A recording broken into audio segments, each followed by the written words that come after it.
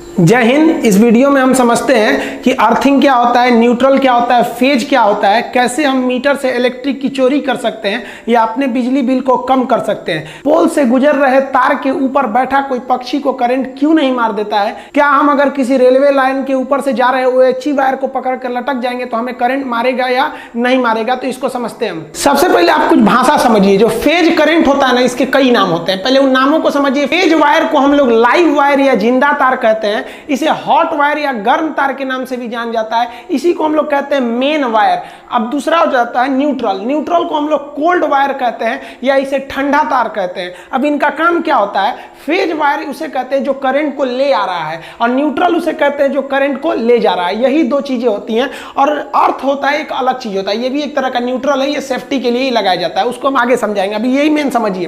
Phase wire के रास्ते से करंट आता है और न्यूट्रल से जाता है। आना जितना जरूरी है उतना ही जरूरी जाना है। जैसे मान लीजिए हम सांस ले रहे हैं तो ये फेज है और छोड़ेंगे तो वो है न्यूट्रल। तो आप बताइए ना हमारे लिए जरूरी क्या है, फेज की न्यूट्रल। भैया एको को कम होगा ना तो हम मर जाएंगे। कि ऐसे थोड़ी होगा खाली फेजे पे रह जाएंगे, खाली इसे छोड़ते रहेंगे न्यूट्रल पे हो जाएंगे। तो फेज और न्यूट्रल दोनों जरूरी है। जैसे एक चोर जाता है चोरी करने के लिए तो घुसले रह जाएगा अंदर तो सुबेरे पिटाएगा वो। मान लीजिए बिना घुसले निकल गया तो फिर फायदा क्या हुआ, उसको चोरी किए।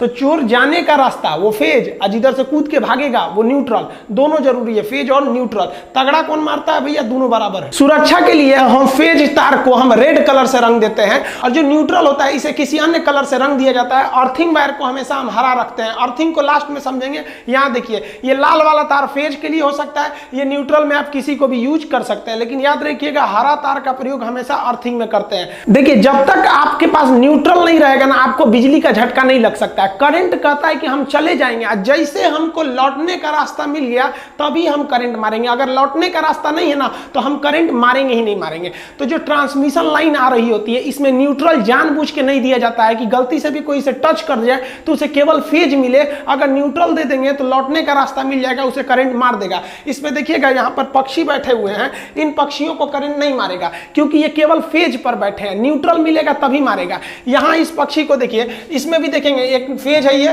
3 ठो फेज हो गया और एक हम ब्लैक कलर से कर देते हैं और ये वाला हो जाएगा आपका न्यूट्रल। इस तीनों में से एक जो होता है, 4 में से एक जो होता है वो न्यूट्रल होता है। अब जैसे ये देखिए ये पक्षी फेज पे बैठा है, ये भी फेज पे, ये भी फेज पे। दो फेज वगैरह फेज पे बैठने से कभी करंट नहीं मारेगा, लेकिन जैसे ये न्यूट्रल पे टच हो जाएगा इसको करंट मार देगा। जैसे यहाँ देखिए ना, ये बकलोलवा को ये क्या किया है, अपने पंजा से इसको पकड़े हुए है और ठोड़ से चोंच से इसको पकड़ लिया है। लेकिन मान लिया कि एक ठो ये वाला क्या है, फेज है और दूसरा ये नीचे वाला न्यूट्रल है, तो यहां से इसके ठोड़ से तो करंट घुस जाएगा और करंट जैसे पैर के पास आएगा उसको समझ गया कि अरे भैया जाने का रास्ता मिल गया, न्यूट्रल मिल गया, मार इसको, झनाक से उड़ जाएगा। या फिर ऐसा भी हो सकता है कि नीचे वाला फेज हो ऊपर वाला न्यूट्रल, तो नीचे पैर के रास्ते करंट घुस जाएगा और ठोड़ के रास्ते से देख लेगा कि जाने का रास्ता है तो मार देगा इसको, इस असुरा मरेगा ये। अगर ये फेज और न्यूट्रल पर बैठा है तब देखेंगे तो एक कौवा यहां बैठा हुआ है, ये कौवा फेज पर बैठा हुआ है तो इसको करंट नहीं मारेगा क्योंकि न्यूट्रल नहीं है इसके पास। लेकिन ये आदमी को देखिए बकलोलवा को अपने जमीन पर खड़ा है तो जमीन से इसको न्यूट्रल मिल जाएगा क्योंकि करंट को जाने के लिए न्यूट्रल जमीन है। सबसे बड़ा न्यूट्रल जो होता है वो जमीन होता है। तो ये तो न्यूट्रल ऑलरेडी है और इसके ऊपर से ये किसी लोहे के छड़ द्वारा इसको छू दिया है। तो ये तो छू के ले आया है किसको, ये तो लेके आ रहा है फेज को, अपने पैर जमीन पे खड़ा है, मिल गया न्यूट्रल, फेज न्यूट्रल मिल गया, मारेगा इसे, चुरा मरेगा ये। देखिए रेलवे का जो ओवरहेड इक्विपमेंट OHE वायर गया रहता है, अगर आप इस वायर को पकड़ के लटक जाते हैं तो आप तो केवल एक फेज बन गए। मतलब करंट जो है वायर से आपके शरीर में आ गया है लेकिन आपको झटका नहीं मारेगा क्योंकि झटका मारने के लिए उसको चाहिए न्यूट्रल। आपको न्यूट्रल नहीं है। आप कहेंगे तो ट्रेन कैसे चल जाती है, तो ट्रेन जो होती है ऊपर से लेती है फेज और उसके रास्ते उसके मोटर में आता है करंट और चक्का जो होता है उसके इस रेल पटरी पे रहता है और जगह जगह से रेल पटरी को जमीन से जोड़ा गया रहता है वायर द्वारा, तो पटरी से मिल जाता है न्यूट्रल और ट्रेन चल जाती है। अगर कोई इलेक्ट्रिक मिस्त्री पोल पर चढ़ा होता है तो वो अपने हाथ में रबड़ का ग्लव्स पहने रहता है जो इंसुलेटर का काम करता है। साथ ही अगर आप देखेंगे तो इसमें ये एक तो ये फेज हो गया है 3 ठो और ये वाला एक हो गया न्यूट्रल। तो ये देखिए ये केवल इन फेज के पास में है, न्यूट्रल पे नहीं है। इसको करे और जहां ये न्यूट्रल को टच करेगा इसको भी मार देगा। तो आपको न्यूट्रल पे बच के रहना है। ट्रेन के ऊपर अगर आप चढ़ जाते हैं कोई दिक्कत नहीं है।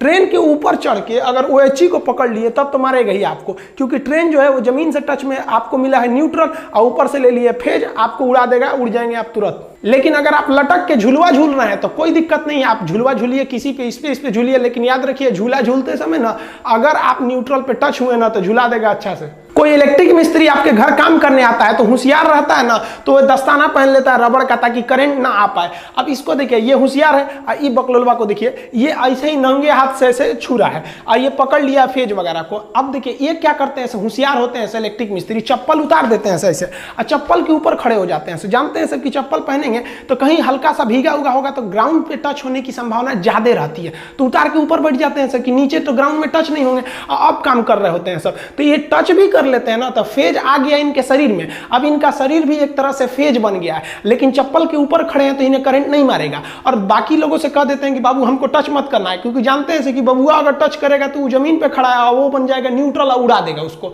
तो अगर आप उसको टच कर लेते हैं तो वो तो था फेज, आप जैसे इसको टच किए हैं आपका पैर जमीन पे है और अगर जमीन के संपर्क में आ गया, नंगे पैर हैं आप या फिर भीगा हुआ है तो फिर मार देगा, वो हो जाएगा जाने का रास्ता न्यूट्रल। अब जमीन हो गया न्यूट्रल और तार हो गया आपका फेज, और आप मिस्त्री और वो दोनों लोग क्या हो गए, बॉडी बन गए लोग, आप लोग को उड़ा देगा। तो ये मिस्त्री जो है ये देखिए ये होशियार भी है, स्मार्ट भी है, इससे जुड़ा कर्मफोर है। अर्थिंग समझिए क्या होता है। अर्थिंग का यूज केवल सेफ्टी के लिए किया जाता है। जैसे मान लीजिए कि यहां से करंट आ रहा है तो रेड वाला फेज है वो ला रहा है और न्यूट्रल है ब्लैक वाला, तो आप इसमें से इसको खोसिएगा तो करंट लेके आएगा और करंट इस फ्यूज में गया है। तो देखिए यहां से तो रेड वाला करंट है, ये तो आ गया फेज और इसको चालू कर देगा फ्रिज को और लौटने का रास्ता ये न्यूट्रल से ये लौट जाएगा। लेकिन जब कभी कोई इक्विपमेंट ज्यादा काम कर देते हैं, पुराने हो जाते हैं, तो हो सकता है कि यहां पर तार कहीं घिस गया हो पुराना होने से और घिसने के बाद इसके बॉडी से टच हो गया हो। अगर इसके बॉडी से टच हो गया है तो देखिए ये आ रहा है तो फेज और लौटने के लिए न्यूट्रल भी है, लेकिन कुछ यहां लीकेज करंट भी है। सब लीकेज करंट होने की वजह से ये जो फ्रिज है ये एक तरह का आपका फेज बन गया है। अभी देखिए इसे छुरी जा रही है खोलने के लिए, जैसे खोलेगी तो ये जो है इसके पे क्या चलाएगा, करंट आ जाएगा, आई उधिया जाएगी। इसका जमीन पे पैर टच है, जूता पहनी है, ये उतार देते हैं जूता, इसका जूता उतार दिए। अब देखिए ये नीचे है, इसका तो संपर्क हो गया नीचे से, अब यहां से जो करंट आया था वो न्यूट्रल में तो चला गया, लेकिन लीकेज करंट जो था इस फ्रिज के रास्ते से इस छुरी की बॉडी में चला आया और इसका पैर नीचे था, इसलिए इसको जाने का भी रास्ता मिल गया, इसको मारेगा ये उधिया जाएगी। तो इस लीकेज करंट से बचने के लिए हम चाहते हैं कि जिस तरह से फेज को लौटने के लिए एक न्यूट्रल था, उसी तरह लीकेज करंट को लौटने के लिए भी कोई ना कोई रास्ता होना चाहिए। तो लीकेज करंट को लौटने के लिए जो रास्ता होता है उसे हम कहते हैं अर्थिंग। जैसे मान लीजिए कि इसी फ्रिज से यहां एक वायर को ले आके जमीन में ऐसे कर देते तो वो क्या हो जाता है, अर्थिंग हो जाता है। अर्थिंग का साइन ऐसे ही बनाया जाता है, बड़ा से छोटा करते हुए जाया जाता है, अर्थिंग करंट। अब इससे क्या होगा, जो फेज आया था वो न्यूट्रल से चला गया और लीकेज करंट जो था इस फ्रिज का इस वायर के रास्ते अर्थिंग में चला जाएगा। अब आप कहेंगे कि सर तब तो हर सामान में एक उसमें खोद करिए और उसमें एक तार बांध के जगह जगह घर फोड़ के उसको अर्थिंग करिए, घरे खराब हो जाएगा ये अर्थिंग से। तो देखिए अर्थिंग सेफ्टी देता है, इसको कहां लगाया जाता है। अर्थिंग जो होता है ना, इसका जो प्रतिरोध होता है, क्वेश्चन पूछेगा कितना होना चाहिए, तो अर्थिंग का प्रतिरोध रेसिस्टेंस बहुत ही कम होना चाहिए, 8 ओम से भी कम होना चाहिए। जबकि हमारे शरीर का जो प्रतिरोध होता है, अगर शरीर भीगा है तो 1000 होता है और अगर सूखा है तो 1 लाख हो जाता है। तो यानी हमारा शरीर सूखा है तो करंट को 1 लाख से धकेलेगा और भीगा है तो 1000 से ढकेलेगा। और जो अर्थिंग होता है वो महज 8 ओम से ढकेलता है। इसलिए कोई भी कहां जाता है, प्रतिरोध मतलब होता है रुकावट, ब्रेकर। अब आप बताइए, आप गाड़ी से जा रहे हैं, एक तो ब्रेकर इतना ऊंचा है, अब बगल वाला ब्रेकर थोड़ा सा है, तो गड़िया वाला को देखते हैं मुड़ा के जाता है, कहता दूर हचका पे से कौन जाएगा। तो हमारे शरीर का प्रतिरोध यानी ब्रेकर ज्यादा हैवी होता है और अर्थिंग का ब्रेकर कम होता है, इसलिए लीकेज करंट इधर न जाके नीचे चला जाता है। अर्थिंग के लिए अर्थिंग का प्रतिरोध हमेशा कम रखा जाता है, 8 ओम से इसे नीचे रखना चाहिए। देखिए अर्थिंग को ही हम ग्राउंड कहते हैं, ये एक तरह से सेफ्टी के लिए ही यूज किया जाता है, जबकि ये एक तरह से कहिए तो जो लीकेज करंट है उसे वापस जाने के लिए रास्ता दे देता है। अर्थिंग वायर हमेशा और हमेशा हरा रंग का रहना चाहिए। इसे 10-15 फीट जमीन के अंदर गाड़ दिया जाता है, एक प्लेट को, तांबे का प्लेट, और उससे एक तो रॉड निकाला जाता है, उसमें कोयला, चारकोल, नमक को डाल दिया जाता है ताकि अच्छे से गल के उसमें वहां पे मॉइस्चराइजर बनाया रहे। और उसके बाद एक रॉड निकाल दिया जाता है। रॉड से क्या किया जाता है कि एक रॉड से एक हरे रंग का अर्थिंग वायर को लाते हैं और इस अर्थिंग वायर को ले आके ये जो एक्स्ट्रा ऊपर वाला छेद दिया रहता है ना, इसी में जोड़ देना चाहिए अर्थिंग वायर को ले आके। इससे क्या फायदा होगा, देखिए मान लीजिए ये आपका फ्रिज है, इस फ्रिज से हम सप्लाई ले आ रहे हैं, तो इससे 3 ठो सप्लाई लाना चाहिए। कौन कौन सा, एक हो गया फेज का, एक हो गया न्यूट्रल का, और एक हो गया लीकेज करंट के लिए। अब आपसे पूछेगा लीकेज करंट की सप्लाई कहां से देनी जानी चाहिए, तो किसी भी लोड यानी जो मशीन है आपका फ्रिज कूलर जो भी है उसकी बॉडी से टच कराकर एक आपको अर्थिंग ले आना चाहिए। अब इसको तीनों में जोड़ देना चाहिए, एक जुड़ गया फेज में, एक जुड़ गया न्यूट्रल में। देखिए यहां रेड वाला जो है वो फेज करंट आ रहा है और काला वाला जो है वो है आपका न्यूट्रल। अब मान लीजिए इस पे जो लीकेज करंट है उसको हम हरे रंग के तार से लाएंगे, यहां बोर्ड भी हरा है इसलिए हरा चलेगा नहीं, हम इस पे सफेद कर दे रहे हैं, तो लीकेज करंट को सफेद रंग से ला रहे हैं और यहां ऊपर वाले में जोड़ दे रहे हैं। तो ये ऊपर वाला जो होता है अर्थिंग होता है। अब बताइए अगर ये जो है इस पे लीकेज है करंट का, मान लीजिए यहां पे लीकेज है, अब हम इसको अर्थिंग से जोड़े हैं तो अब ये ससुरी नहीं जाएगी, बच जाएगी। देखिए कैसे, इस पे लीकेज है तो जो मेन करंट आया फेज से और लौट जाएगा न्यूट्रल से, लीकेज करंट को पकड़ लेगा ये आपका अर्थिंग वायर, क्योंकि इसका प्रतिरोध कम है इसलिए करंट इधर से जाएगा, इस आदमी का प्रतिरोध ज्यादा होता है इसलिए इधर से नहीं जाएगा, और ये होते हुए इस प्लग में चला जाएगा और इस बड़े वाले को हम लोग ऊपर वाले में खोस देते हैं और ये इस रास्ते से जमीन में चला जाएगा। अतः लीकेज करंट गया जमीन में, जमीन सबसे बड़ा चार्ज सिंक है, इसमें कितना भी वोल्ट का करंट दे दीजिए ये सोख लेता है। तो ये हो गया आपका अर्थिंग वायर। अब क्वेश्चन पूछता है कि अर्थिंग का जो ये वाला पिन होता है ये मोटा और सबसे लंबा क्यों बनाया जाता है, तो देखिए हम ये इसमें क्यों बनाया जाता है, जैसे मान लीजिए कि हम इसमें खोसे इसमें, तो हमको सबसे ज्यादा जरूरी क्या है कि फ्रिज भले देर से चले लेकिन करंट ना मारे, इसलिए अर्थिंग वायर को लंबा बनाते हैं कि पहले ही ये किसमें घुस जाए, प्लग में घुस जाए, और जैसे डालेंगे पहले प्लग में घुस जाएगा तो सबसे पहले ये प्लग जो है ये किससे संबंधित है, ये अर्थिंग वायर से संबंधित है, और ये किसको लेके आ रहा है, लीकेज करंट को। तो जैसे घुसाएंगे तो सबसे पहले ये लीकेज करंट को भेज दिया, और लीकेज करंट को भेज दिया उसके बाद ये दोनों का साइज सेम होता है, ये घुसेगा तब इसको देगा फेज और न्यूट्रल। पता चला पहले ही फेज दे दिए अब बाद में लीकेज को ले जा रहे हैं, उसी बीच कोई छू लेगा तो उसको धमाक से उड़ा देगा।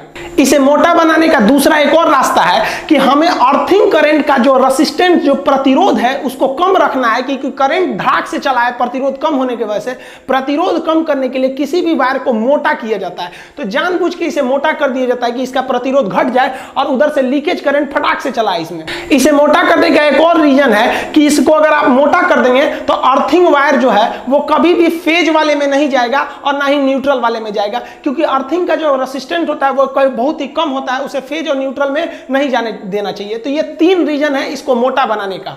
देखिए अर्थिंग जो होता है वो 2 तरह से लगाया जाता है, एक सरकार की अर्थिंग होती है जो सरकारी लाइन से आती है, वो हर जगह अवेलेबल नहीं है, और कुछ ऐसी अर्थिंग होती है जो व्यक्ति खुद से लगा लेता है। जैसे आप इस एग्जांपल में देखिए कि ये पावर सब स्टेशन है, इसमें आपको 2-3 ठो लाइन दिख रही होगी रेड कलर की जो आपकी फेज लाइन है, एक ग्रीन कलर की जा रही है जो अर्थिंग है, एक काले रंग की जा रही है जो न्यूट्रल है। अब ये वाले घर वाले भाई साहब क्या किए हैं, आप ध्यान दीजिए कि वाले इस वाले से क्या ले लिए हैं, फेज ले लिए हैं, एक न्यूट्रल ले लिए हैं, एक अर्थिंग ले लिए हैं। इनको फेज भी मिल गया, जाने का रास्ता न्यूट्रल भी मिल गया, इनमें घर में किसी को करंट भी मारेगा तो ये अर्थिंग में चला जाएगा, ये घर सुरक्षित है। लेकिन ये वाले भाई साहब को देखिए, ये अर्थिंग लाइन से अर्थिंग लिए ही नहीं है, लाल वाले से फेज ले लिए हैं, काले वाले से न्यूट्रल ले लिए हैं, लेकिन ये भी बंदा होशियार है, ये अपना पर्सनल अर्थिंग लगा के रखा है। देखिए यहाँ पे इसने क्या लिया है, पर्सनल अर्थिंग, तो ये भी बच जाएगा। ये सरकार का फायदा उठा रहा है, ये अपने दिमाग का फायदा उठा रहा है। बकलोलवा को देखिए, सब स्टेशन से आया लाइन 3 फेज जा रहा है, एक ठो फेज ले लिया अपने घर में और एक ठो न्यूट्रल ले लिया जाने के लिए, और सरकार इस एरिया में अर्थिंग दी ही नहीं थी और यो ससुरा अपने घर में अर्थिंग नहीं लगाया तो उड़ेगा, इसके यहाँ करंट मारेगा किसी को तो झनाक से उड़ेगा ही। देखिए हमारे यहाँ जो डिस्ट्रीब्यूशन लाइन होते हैं उसमें 3 फेज दिए जाते हैं, यानी ये देखिए 3 लाइन दी जा रही है। ये फेज इसलिए दिए जाते हैं कि सब स्टेशन पे लोड कम पड़े। मान लीजिए किसी मोहल्ले में 300 घर है तो क्या किया जाएगा, हर फेज से 100-100 घर को सप्लाई दे दी जाएगी, तो हर एक फेज पर लोड ज्यादा एकदम सेम रहेगा तो मोहल्ले में बिजली सेम रहेगी। लेकिन क्या किया जाता है ना, कभी कभी लोग किसी घर में ज्यादा लोड है, किसी घर में कम लोड है, किसी मोहल्ला में पता चला 2 फैक्ट्री लग गई तो उसके वाले पर लोड ज्यादा हो जाएगा तो उधर जो वोल्टेज होगा टिमिर टिमिर रहेगा, तो लोग उस फेज से हटा के दूसरे फेज में लगा देते हैं। तो ये ना हो इसलिए हम लोग ज्यादातर फेज को डिस्ट्रीब्यूट कर देते हैं। लेकिन हमारे यहाँ बिहार व यूपी वगैरह में क्या होता है ना, चोरी लोग कर लेते हैं, अक्सर हर जगह लोग थोड़ा बहुत चोरी कर लेते हैं। क्या करते हैं, वो टोक फंसा लेते हैं। देखिएगा ना कोई बोतल वोतल रहेगा तेल ओल का तो उसको आधा काट के उसमें तार में फंसा के इस तरह से इसे टोकन फंसा लेंगे लोग, और उसमें इसी में डाल देंगे फेज में और एक तो न्यूट्रल में ले लीजिए, फेज ले लेगा, घर से ही न्यूट्रल अर्थिंग बना सकता है वहां पर। और उससे क्या होता है, तब ये सब स्टेशन पर लोड ज्यादा हो जाता है। पता चला इसने 100 घर को डिस्ट्रीब्यूट किया था और किसी एक फेज में 50 तो घर वाले टोक फंसा के चोरी करने लगे हैं लोग। अब भाई चोरी करेंगे तो उस पर एक्स्ट्रा लोड आ जाएगा, तो इस एक्स्ट्रा लोड से लिए कई बार छापा पड़ता है, तो ये लोग क्या करते हैं, उतार लेते हैं, कहते हैं हमारे यहाँ तो लाइटें नहीं है। देखिए जो हाई टेंशन लाइन होती है, जो जहां से ट्रांसमिशन होके आ रही होती है, उसको हम लोग डेल्टा में जोड़ते हैं। डेल्टा ऐसे कनेक्शन को कहते हैं जिसमें से न्यूट्रल नहीं गया रहता है, यानी अगर डेल्टा में जुड़ा है तो न्यूट्रल है ही नहीं है, आप उसको करंट ले लेंगे लेकिन कोई काम नहीं कर पाएंगे और ना ही आपको झटका मारेगा, क्योंकि डेल्टा में न्यूट्रल नहीं होता है, आपको न्यूट्रल देना पड़ेगा। तो जो हाई वोल्टेज होते हैं यानी स्टेप अप करंट या ट्रांसमिशन लाइन, वो डेल्टा में जुड़ा होता है। लेकिन जब वो सब स्टेशन पे पहुंचता है तो उसे स्टेप डाउन करके उसे हम लोग कहते हैं लो वोल्टेज, और उसके बाद डिस्ट्रीब्यूट करते हैं। तो डिस्ट्रीब्यूशन लाइन आपको स्टार कनेक्शन में होता है। स्टार कनेक्शन में 3 फेज के साथ साथ एक न्यूट्रल भी होता है। क्वेश्चन कहेगा कि जो स्टेप डाउन ट्रांसफार्मर होते हैं वो कौन से होते हैं, तो वो डिस्ट्रीब्यूशन के लिए होते हैं, उनका वोल्टेज कम होता है। कम वोल्टेज पे ही हम लोग को काम चलाना रहता है अपने घरों का 240-230 वोल्ट के आसपास में, तो वो स्टार में रहते हैं। लेकिन high tension line, high voltage, step up वाले डेल्टा में रहते हैं। ये अलग से हम पढ़ाएंगे आपको डेल्टा और स्टार में, और क्या होता है जंपर पिन इनसे इसको कनेक्ट करने के लिए। तो इस तरह से हमको आता है डेल्टा से ट्रांसफार्मर दे देता है स्टार। अब हमको जो मिलते हैं, देखिए कोई भी चीज कभी कभी सुने होंगे कि ये 3 फेज का है, ये सिंगल फेज का है, तो सिंगल फेज की चीज कमजोर रहते हैं और 3 फेज की चीज बहुत शक्तिशाली रहते हैं।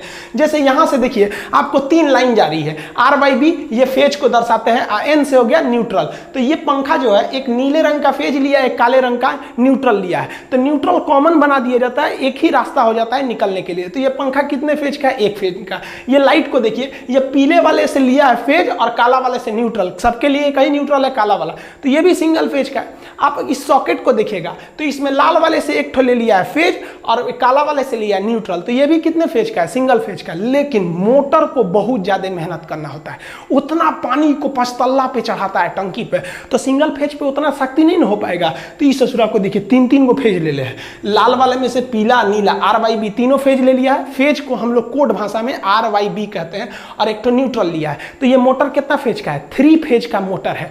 अब इसीलिए लोग कहते हैं ससुरा मोटर से करंट मारता है तो उड़ाइए देता है। अरे उड़ाइए कौन चीज देता है, मोटरवा ससुरा 1 फेज पे थोड़े चल रहा है, वो तो 3 फेज पे चल रहा है, तीनों फेज बा छुएगा तो उड़िएगा नहीं। लेकिन अगर वही कोई मोटर कम पावर का है, जैसे ये मोटरवा को देखिए ना, ऊपर से 3 ठो फेज गया है, लेकिन ये लिया है एक को नीला वाले से फेज, एक न्यूट्रल, तो ये तो सिंगल फेज का मोटर है, इससे करंट मारेगा ना आपको तो उतना झटका नहीं मारेगा। लेकिन ये 3 फेज वाले से मारेगा ना तो उड़ाइए देगा आपको। आपके घर में जो सप्लाई आती है पोल से, डिस्ट्रीब्यूशन लाइन, हालांकि इससे पहले वाले वीडियो में हम आपको ट्रांसमिशन लाइन और डिस्ट्रीब्यूशन लाइन पढ़ा दिए हैं, उसमें 4 ठो वायर आएगा। देखिए यहाँ पे 3 वायर जो है वो फेज के लिए है, 1 वायर जो है वो न्यूट्रल के लिए है। देखिए अगर आप सिंगल फेज का करंट लिए हैं, अपने घर में सप्लाई लिए हैं, तो 1 ठो आपको दे देगा फेज, एगो देगा न्यूट्रल, न्यूट्रल तो हर हाल में देगा। और 3 फेज का लिए हैं तो 4 गो तार आएगा, 3 ठो फेज आएगा, एगो न्यूट्रल आएगा। तो अब आप कहेंगे कि सर हम फेज लेते हैं और जला के न्यूट्रल से भेजते हैं, तो आप जैसे मान लीजिए यहाँ से लिए पोल पे से आपके मीटर में आया है 1 फेज 1 न्यूट्रल, और इधर से निकलेगा आपके घर में 1 फेज और न्यूट्रल, तो फेज से करंट जाएगा, न्यूट्रल से आएगा, मीटर को होते हुए पोल पे जाएगा। आप सोचेंगे ससुरा पोलवा पे से कहाँ चल जाता है, तो पोल पे से जाता है ट्रांसफार्मर के पास, और ट्रांसफार्मर में एक तार द्वारा उसे ग्राउंड करके अंदर भेज दिया जाता है। तो न्यूट्रल और ग्राउंडिंग में ज्यादा का अंतर नहीं है, ये अपने घर नहीं ले जाता है, वही ट्रांसफार्मर तक ले जाता है, वहां से ग्राउंड कर देता है। अब बिजली चोरी कैसे करते हैं लोग, देखिए मान लीजिए आपका सिंगल फेज का मीटर है, तो 1 फेज ले लिए, 1 न्यूट्रल ले लिए, तो ये इनपुट है, आउटपुट आपके घर में जाएगा 1 फेज 1 न्यूट्रल। तो चोरी करने वाला क्या करता है कि यहाँ से फेज ले जाता है और न्यूट्रल को बीच में रोक देता है, किसी कमरा के पास जाके न्यूट्रल को काट के टेप चिपका देता है। तो करंट तो इधर से गया, ये फ्रिज चलेगा नहीं चलेगा, क्योंकि केवल फेज मिल रहा है, पंखा चलेगा फेज मिल रहा है। लेकिन ये ससुरा होशियारी कर देता है, यहां से इसको ले जाके एक इधर से ना अर्थिंग जोड़ देता है। अब बताइए, जाने का रास्ते को ही ना न्यूट्रल कहते हैं, तो आया फेज और न्यूट्रल ना जाके ग्राउंड में चला गया, तो ये पंखवा तो चलिए जाएगा, उस ससुरा को सेफ्टियो मिल जाएगा, चलियो जाएगा। तो इससे जो है मीटर की रीडिंग नहीं उठ पाती थी। अब मीटर लोग खूब लगा देते थे, अब बिजली नहीं आता था, तो सरकार इससे परेशान थी, तो सरकार ने ना उसकी जगह पे ले दिया डिजिटल मीटर। अब अगर आप डिजिटल मीटर लगा देंगे और सोचेंगे कि इस तरह से बीच में न्यूट्रल को काट के बाईपास कर दे हम, किसके थ्रू, अर्थ के थ्रू, तो इस ससुरा जो है ना, इस पे जब रीडिंग लेने आएगा तो इस पे बटन होता है, कोंचता है, जो देखता है कितना वोल्टेज उठा रहे हैं, कितना एम्पियर उठा रहे हैं, कितना बिल आया है, तो उसमें वो बता देगा कि ससुरा न्यूटरवा काट दिया है क्योंकि करंट जा रहा है, आ नहीं रहा है, फाइन मारिए इस पे, तो उल्टा और फंस जाइएगा। तो ये वाला जमाना ये उस मोटर पे रहता था जिसमें एगो पट्टी घूमती थी, लेकिन ये डिजिटल में ये काम नहीं आएगा। तो अभी के समय बिजली बिल को कम करने के लिए हावेल्स या बड़ी बड़ी कंपनियों का पावर सेविंग यूनिट आता है। आप एक मशीन टाइप का होता है, इसे लगा दीजिएगा तो ये बिजली को कम कर देता है। ये कैसे कम करता है? तो एक्चुअली ये पावर फैक्टर को 0.8 से ऊपर बढ़ा देता है, यानी लगभग 1 के करीब ले जाता है पावर फैक्टर को, जिससे बिजली बच जाती है। अब ये पावर फैक्टर समझिए, देखिए पावर फैक्टर जो होता है सबसे बेस्ट पावर फैक्टर 1 को माना जाता है, 1। लेकिन पावर फैक्टर आपके घर में 1 नहीं रह पाता है, 1 से कम रहता है। तो 0.8 तक है ना तो ठीक है, ये लगभग 1 के करीब है, लेकिन 0.8 से कम है, 0.7 है, 5 है, 2 है, तो आपका बिजली बहुत ज्यादा उठ रहा है। तो ये पावर फैक्टर को आपको 1 के करीब रखना है, 0.8 है तो ठीक है। कैसे होते हैं सब पावर फैक्टर? तो देखिए ध्यान से, जो हमारा लोड होता है, जो मशीनें को हम लोग यूज करते हैं, बल्ब वगैरह, वो 3 तरह के लोड होते हैं। एक होता है रेसिस्टिव लोड। रेसिस्टिव लोड उसे कहते हैं जिसमें लाइट और हीट उत्पन्न होती है, जैसे कोई बल्ब वगैरह हो गया तो ये रेसिस्टिव लोड है, इसमें कोई भी चीज घूमने वाला नहीं होता है, तो ये ज्यादा बिजली नहीं उठा पाता है। लेकिन अगर आपका कोई इंडक्टिव लोड है, तो इंडक्टिव लोड में क्या होता है, कोई भी चीज घूमने वाली होती है, जैसे पंखा हो गया, मोटर हो गया, कोई भी चीज जिसमें कॉइल का प्रयोग होता है, घूमता है इंडक्शन के द्वारा, तो उसे कहते हैं इंडक्टिव लोड, इसमें कॉइल का प्रयोग होता है। तो ये जो होता है ना ज्यादा बिल उठाता है। और सबसे कम उठाता है कैपेसिटिव लोड। कैपेसिटिव लोड उसे कहते हैं जिसमें इस तरह के छोटे छोटे कैपेसिटर लगे होते हैं। अब आप बताइए, ये मोटर है, क्या है? ये इंडक्टिव लोड। ये बल्ब वगैरह है, ये क्या है? Resistive load. और कैपेसिटर वगैरह लगे हैं तो ये सबसे कम बिजली बिल उठाता है। अब हम ये समझते हैं ससुरा ज्यादा क्यों उठा लेता है। तो जो अल्टरनेटिव करंट होता है ना, वो वेव की तरह चलता है, सांप की तरह। देखिए ये सांप चल रहा है ना, तो ये अल्टरनेटिव करंट है। और जो ट्रेन होती है ना, वो डायरेक्ट करंट, अगर सीधे गया तो डीसी डायरेक्ट करंट, ऐसे ही से गया तो वो हो जाता है अल्टरनेटिव करंट। तो अल्टरनेटिव करंट बनाने वाला अल्टरनेटर और डायरेक्ट करंट बनाने वाला डायनेमो। तो डायरेक्ट करंट को, डायनेमो को कहते हैं डीसी जनरेटर, अल्टरनेटर को कहते हैं एसी जनरेटर। तो जनरेटर का 2 टाइप होते हैं, उसको नेक्स्ट वीडियो में कभी समझा देंगे। तो जो करंट होता है हमारे घर में एसी, वो सांप की तरह चलता है, तो इसे हम कहते हैं वेव। इसी को फ्रीक्वेंसी होती है। फ्रीक्वेंसी का मतलब होता है फेरा। तो हमारे घर में जो करंट आती है उसकी फ्रीक्वेंसी होती है 50। यहां आप देखिएगा सांप का 2 फेरा दिखेगा, एक ये वाला फेरा हो गया और एक ये फेरा हो गया। तो इसकी फ्रीक्वेंसी कितनी दिख रही है? 2। लेकिन जो घर में करंट आ रहा होता है उसकी फ्रीक्वेंसी 50 होती है, यानी 1 सेकंड में वो 50 फेरा मार देता है वो।